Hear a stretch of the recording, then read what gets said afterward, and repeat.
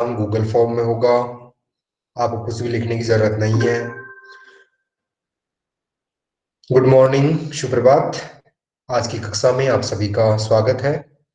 आज की कक्षा में हम सूर्यकांत त्रिपाठी निराला की कविता उत्साह पढ़ेंगे। निशा, ओके। सूर्यकांत त्रिपाठी निराला की कविता उत्साह है, हम पढ़ेंगे।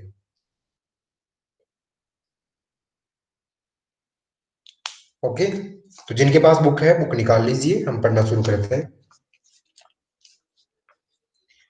उत्साह है एक आह्वान गीत है। Page number 33।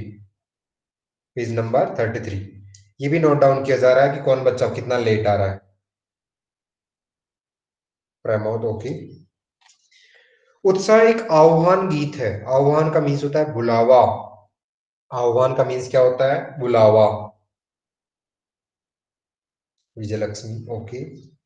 आह्वान का मीन्स बुलावा। तो यहाँ पर बादलों को आह्वान किया गया है। बादलों को संबोधित करते हुए कवि ने कविता लिखी है। कौन सी? आह्वान। जो बादल को संबोधित है, किसको बुला रहा है? बादल को। कौन बुला रहा है? कवि। कवि का नाम क्या है? सूर्यकांत त्रिपाठी निराला। जैसा कि आपने सुना होगा, अगर नहीं सुना तो नो प्रॉब्लम। सूर्यकांत त्रिपाठी जो निराला है वो क्रांति के कवि माने जाते हैं। पॉइंट ऑफ रिवॉल्यूशन, है ना। उन्होंने अपनी कविताओं के माध्यम से गुलाम भारत यानी 1947 से पहले जो लोग डिसअपॉइंट थे, जो लोग गुलामी से डिसअपॉइंट थे और जो लोग निराश थे, उन लोगों को जागरूक करने का काम, उन लोगों में जोश या उत्साह भरने का काम सूर्यकांत त्रिपाठी निराला ने अपनी कविताओं के माध्यम से किया है ना। इसीलिए इनको क्रांति का कवि भी कहा जाता है। Point of courage, yes. Okay, तो पढ़कर देखते हैं कि किस तरह से इन्होंने बादल कविता के माध्यम से भी लोगों को जागरूक करने का काम किया है। बादल निराला का प्रिय मीन्स फेवरेट विषय, विषय मीन्स सब्जेक्ट है। बादल या जिसको बोलते हैं ना क्लाउड्स, उनके बारे में उन्होंने बहुत ज्यादा लिखा है। उनसे संबंधित कविताएं उन्होंने बहुत ज्यादा लिखी है। कविता में बादल एक तरफ पीड़ित प्यासे, पीड़ित मीन्स परेशान, प्यासे प्यासे मीन्स जिसको बोलते हैं थर्स्टी, पीड़ित प्यासे जन की आकांक्षा, आकांक्षा मीन्स इच्छा को पूरा करने वाला है। तो दूसरी तरफ वही बादल नई कल्पना मीन्स इमेजिन और नई अंकुर, अंकुर मीन्स नया जन्म के लिए विध्वंस, विध्वंस का मतलब है डेस्ट्रॉय, विनाश। विप्लव, विप्लव का मीन्स होता है उथल पुथल कर देना। और क्रांति चेतना को संभव करने वाला भी है। यहाँ पर जो बादल है, बादल को क्रांति का प्रतीक बताया गया है। बादल एक तरफ जहां नई कल्पना या इमेजिन का प्रतीक है, एक तरफ भूखे प्यासे परेशान त्रस्त लोगों को नया जीवन देने वाला है और लोगों में शीतलता भरने वाला है। वहीं दूसरी ओर क्या करने वाला है? कवि पुरानी रूढ़ियों, पुराने विचारों, पुरानी घिसी पिटी मान्यताओं को किसके माध्यम से? विध्वंस, इसके अलावा विप्लव और क्रांति के माध्यम से खत्म कर देने वाला है। कवि जीवन को व्यापक मीन्स विस्तार या बड़ा और समग्र दृष्टि से देखता है। कविता में ललित, ललित मीन्स सुंदर, कल्पना मीन्स इमेजिन और क्रांति चेतना, क्रांति का मीन्स होता है रिवॉल्यूशन, चेतना मीन्स जागरूक करना या अवेयर करना। तो इस कविता में कवि की सुंदर अपनी इमेजिनेशन भी बताया गया है। इसके अलावा उसकी क्रांति भी, क्रांति के बारे में बताया गया किस तरह से वो क्रांति कर सकते हैं और किस तरह क्रांति के माध्यम से लोगों में चेतना या अवेयरनेस पैदा की जा सकती है। सामाजिक क्रांति या बदलाव में, सामाजिक क्रांति मीन सोशल रिवॉल्यूशन या सोशल रिफॉर्म्स के लिए या बदलाव, बदलाव मीन्स रिफॉर्म्स या चेंजिंग में साहित्य की भूमिका means role of literature important है। साहित्य की भूमिका बहुत महत्वपूर्ण है। अगर किसी समाज में बदलाव लाना है, अगर किसी समाज में क्रांति लानी है ना, तो वहां पर साहित्य या लिटरेचर का महत्वपूर्ण योगदान होता है, महत्वपूर्ण भूमिका होती है। कहा भी जाता है ना, जो काम तलवार नहीं कर सकती है, जो काम तलवार नहीं कर सकती है, वो काम शब्द कर सकते हैं, वो काम वर्ड्स कर सकते हैं, है ना। यस। तो निराला इसे नवजीवन और नूतन कविता के संदर्भों में देखते हैं। ये जो साहित्य के माध्यम से जो बदलाव है, वो कौन कौन सी कविता में बताया है उन्होंने? नवजीवन और नूतन कविता के माध्यम से उन्होंने ये दिखाया है कि साहित्य भी समाज या सोसाइटी में बहुत बदलाव ला सकता है। साहित्य के माध्यम से भी लोगों को हम अवेयर कर सकते हैं। साहित्य के माध्यम से भी लोगों में हम चेतना भर सकते हैं, उनमें जोश और उत्साह भर सकते हैं। जैसा कि एक कवि था बिहारी, उन्होंने एक राजा को जागरूक किया था, जो राजा बहुत निराश हो चुका था, जिसका नाम था राजा जयसिंह। जब आप मुगलों के बारे में पढ़ोगे इतिहास में, हिस्ट्री में, तो आप पढ़ोगे कि बिहारी ने राजा जयसिंह सेकंड को जागरूक किया था अपनी कविताओं के माध्यम से। तो ठीक है, पढ़कर देखते हैं आज की कविता उत्साह। ओके, शुरू करते हैं। उत्साह है। बादल गरजो घेर घेर घोर गगन धाराधर हो, ललित ललित काले घुंघराले, बाल कल्पना कैसी पाले, विद्युत छवि उर्मे कवि नवजीवन वाले, वज्र छिपा नूतन कविता, फिर भर दो बादल गरजो। यहाँ पर जैसा कि मैंने शुरू करने से पहले ही बताया था कि बादल को क्रांति का प्रतीक बताया गया है, सिंबल ऑफ रिवॉल्यूशन बताया गया है। किसको? बादल को। यासीन लेफ्ट मार चुका है और एक बच्चा और है जो लेफ्ट मार चुका है। यस। तो मैं बता रहा था कि बादल को क्रांति का प्रतीक बताया गया है। अब किस तरह से कवि डिसअपॉइंट या निराश लोगों में क्या भरता है? चेतना, जोश और उसकी भावना भरता है। और जैसा कि कविता के माध्यम से समझ सकते हैं कि निराश कब होंगे लोग? निराश कब होंगे? जब वो लाचार होंगे, जब वो गुलाम होंगे, तब लोग निराश होंगे ना। जब उनके ऊपर दिन प्रतिदिन अत्याचार बढ़ते जाएंगे, अन्याय बढ़ते जाएंगे, तो वो लोग निराश हो जाएंगे ना। काफी प्रयास कर रहे हैं, उसके बाद भी उन्हें आजादी ना मिले, तो निराश तो होंगे ना। तो ये कविता जो है वो 1947 या 1947 से पहले, जब भारत गुलाम था, जब लोग निराश थे, उन्हें कोई भी सफलता नहीं मिल रही थी, जैसे वो क्रांति शुरू करते थे, जैसे ही वो कोई आंदोलन शुरू करते थे, वैसे ही लोगों को जेल में डाल दिया जाता था, उन्हें कड़ी सी कड़ी सजाएं दी जाती थी, पनिशमेंट दिए जाते थे, है ना। तो लोग निराश हो गए थे। तो ऐसे लोगों में वापस चेतना भरने के लिए, उन्हें जागरूक करने के लिए निराला जी समय समय पर कविताएं लिखते रहते थे। और ऐसी एक कविता है उत्साह है, जिसमें बादल को संबोधित करते हुए लोगों में चेतना भरना चाहते हैं। कौन? कवि निराला जी। बादल गरजो घेर घेर घोर गगन धाराधर हो। तो कवि किसको कह रहा है? बादल को कह रहा है कि तुम क्रांति के जनक माने जाते हो, तुम क्रांति के प्रतीक माने जाते हो, क्योंकि तुम गरज करके क्या करते हो? क्रांति का संदेश देते हो। क्या करते हो? अपनी गर्जना के माध्यम से लोगों में क्रांति का संदेश देते हो। लोग भी आपसे सीखेंगे कि जिस तरह से बादल गरज गरज करके बरसता है, उसी तरह भी हम भी क्या कर सकते हैं? हमारी क्रांति के माध्यम से लोगों को एकजुट कर सकते हैं। हमारी क्रांति के माध्यम से लोगों को एकजुट करके, लोगों को संगठन में ला करके हम अपना काम कर सकते हैं।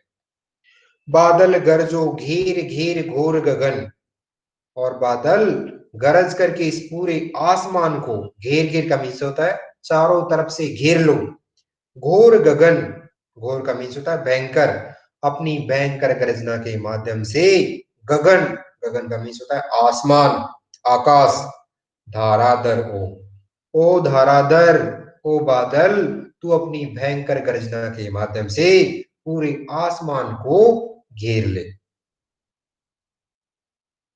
गगन का मीन्स होता है आसमान, घोर का मीन्स होता है भयंकर, घेर घेर का मीन्स होता है चारों तरफ से।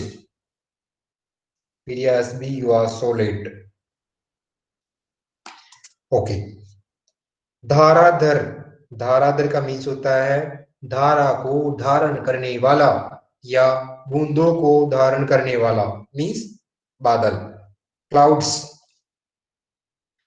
तो यहां पर क्या कह रहा है कवि, तू अपनी भयंकर गर्जना के माध्यम से पूरे आसमान को घेर ले और जो त्रस्त जनता है, जो त्रस्त पब्लिक है, जो बिल्कुल परेशान जनता है, उसमें क्रांति का संचार कर दे, उसमें उत्साह का संचार कर दे। ललित ललित काले घुंघराले, ललित ललित काले घुंघराले, बाल कल्पना कैसी पाले, पाले का मीन्स विस्तार, घना, डार्क। ललित ललित, ललित का मीन्स होता है सुंदर, ललित का मीन्स होता है सुंदर। ललित ललित काले घुंघराले, और तुम जो हो बहुत सुंदर हो, काले घुंघराले, और तुम्हारा जो स्ट्रक्चर है, तुम्हारी जो संरचना है, बादलों की जो संरचना है वो ऐसे ऐसे होती है ना, उसको हम घुंघराले भी बोल सकते हैं। जिस तरह से घुंघराले या क्यूरली बाल होते हैं, यस, उसी के समान बादल है। और बादल को किसके समान बताया गया है, छोटे बच्चे की समान बताया गया है ना। बाल कल्पना कैसे पाले, और तुम्हारी जो कल्पना है, तुम्हारी जो इमेजिन है, वो हर समय बदलती रहती है, किसके समान, बाल कल्पना के समान, छोटे बच्चे की कल्पना के समान। जिस तरह छोटे बच्चे की कल्पना हमेशा बदलती रहती है, दिन प्रतिदिन, मोमेंट बाय मोमेंट, हर पल उसके दिमाग में अलग अलग विचार आते रहते हैं, है ना। मैं ये कर लूंगा, मैं वो कर लूंगा, उसकी कल्पनाएं बढ़ती रहती है, उसके दिमाग में नए नए विचार आते रहते हैं। उसी तरह क्या बताया गया है, बादल को भी बालकों की कल्पना के समान बताया गया, क्योंकि बादल भी समय समय पर बदलते रहते हैं। उनका रंग कभी डार्क होता है, कभी सफेद होता है, कभी उनकी संरचना बहुत ज्यादा बढ़ जाती है, कभी वो बहुत छोटे हो जाते हैं, कभी वो बरस जाते हैं, कभी वो गरज कर रह जाते हैं। तो बालकों की जो सॉरी बादलों की जो संरचना है, स्ट्रक्चर ऑफ क्लाउड्स, को किसके समान बताया गया है, छोटे बच्चे की बाल कल्पना के समान, इमेजिन के समान बताया गया है। विद्युत छवि उर में कवि नवजीवन वाले, विद्युत छवि, बिजली की सी शोभा, विद्युत मीन्स इलेक्ट्रिसिटी, छवि मीन्स शोभा, उर का मीन्स होता है हृदय, कवि नवजीवन वाले। तो यहाँ पर इससे पहले वाला जो लाइन था, उसमें कवि सॉरी बादल को किसके समान बताया, छोटे बच्चे की कल्पना के समान बताया गया। अब यहाँ पर बादल को किसके समान बताया जा रहा है, कवि या पोइट के समान बताया जा रहा है। जिस तरह से एक कवि, जिस तरह से एक कवि अपने विचारों के माध्यम से, अपने आइडियाज के माध्यम से एक नई कविता का सृजन कर देता है, एक नई कविता बना देता है, एक नई कविता क्रिएट कर देता है, उसी तरह से बादल भी क्या करते हैं, नया जीवन प्रदान करते हैं। बादल भी नव जीवन प्रदान करते हैं, अपने क्रिएशन के माध्यम से इस संसार में उथल पुथल कर देते हैं, करते हैं ना।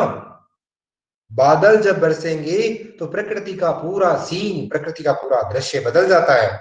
जो लोग, जो धरती बिल्कुल त्रस्त थी, परेशान थी, जब बादल नहीं बरसते हैं तो क्या होता है, पृथ्वी पर क्या छा जाएगा, डेजर्ट, सूखा छा जाएगा, डेजर्ट हो जाएगा, सूखा छा जाएगा, पेड़ पौधे जलने लग जाएंगे, फसलें जलने लग जाएगी। लेकिन जैसे ही बादल आता है, एक नया जीवन प्रदान कर देता है सृष्टि में, है ना। तो बादल को नया जीवन देने वाला या जीवन का सृजन करने वाला भी बताया गया है। एक इंपॉर्टेंट क्वेश्चन ये बन सकता है कि बादल की तुलना किस किस चीजों से की गई है, या बादल को किस किस चीजों के समान बताया गया है ना। लास्ट ईयर यानी 2020 का जो बोर्ड एग्जाम हुआ उसमें यहीं से पैराग्राफ पूछा गया था, क्योंकि ये कविता जो है उसमें सिंबल बहुत सारे दे रखे हैं। बच्चों को सीधा सीधा समझ में नहीं आता कवि क्या कहना चाह रहा है। एक तरफ वो बादलों के बारे में कहना चाह रहा है, एक तरफ वो लोगों को जागरूक करना चाह रहा है, एक तरफ वो बादलों को कवि के समान बता रहा है, एक तरफ वो बादलों को एक छोटे बच्चे की कल्पना के समान बता रहा है, एक तरफ वो बादलों को निराश, त्रस्त, परेशान, है ना, दुखी लोगों आदि की परेशानियों को सोल्व करने वाला, या उनको ठंडक पैदा करने वाला, या उनको शीतल कर देने वाला बताया गया। तो अभी मैंने जो क्वेश्चन पूछा उसका अर्थ कोई, उसका आंसर कोई बताएगा कि बादल की तुलना किस किस से की गई है, या बादल को किस किस की समान बताया गया है?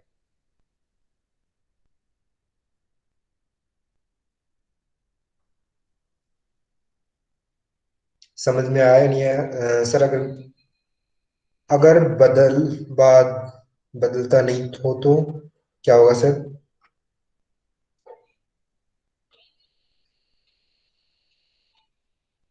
अगर बादल नहीं होंगे तो क्या होगा सर? तुम्हें नहीं पता बादल नहीं होंगे तो क्या होगा? अगर बारिश नहीं होगी तो क्या होगा?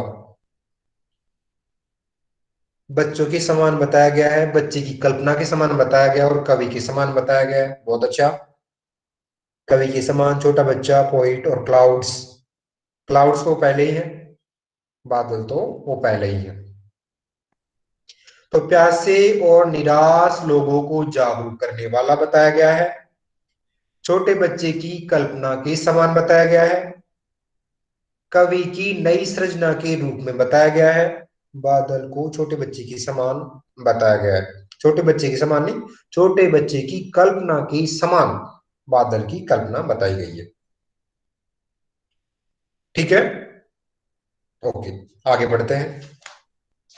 और कवि के समान क्या बताया गया? जिस तरह से कवि नया सर्जन कर सकता है अपनी कविता के माध्यम से, अपने साहित्य के माध्यम से, अपने लिटरेचर के माध्यम से, लोगों में जोश भर सकता है, लोगों में उत्साह भर सकता है, लोगों में चेतना भर सकता है ना, उसी तरह बादल भी बरस कर पृथ्वी को क्या कर सकते हैं? शीतल कर सकते हैं। पृथ्वी पर जो पेड़ पौधे हैं उनको हरा भरा कर सकते हैं। पृथ्वी पर जो लोग, जो किसान त्रस्त हैं, दुखी हैं, उनको खुशी कर सकते हैं, उनकी फसल को हरी भरी कर सकते हैं, नया क्रिएशन कर सकते हैं, लोगों को नया जीवन दे सकते हैं।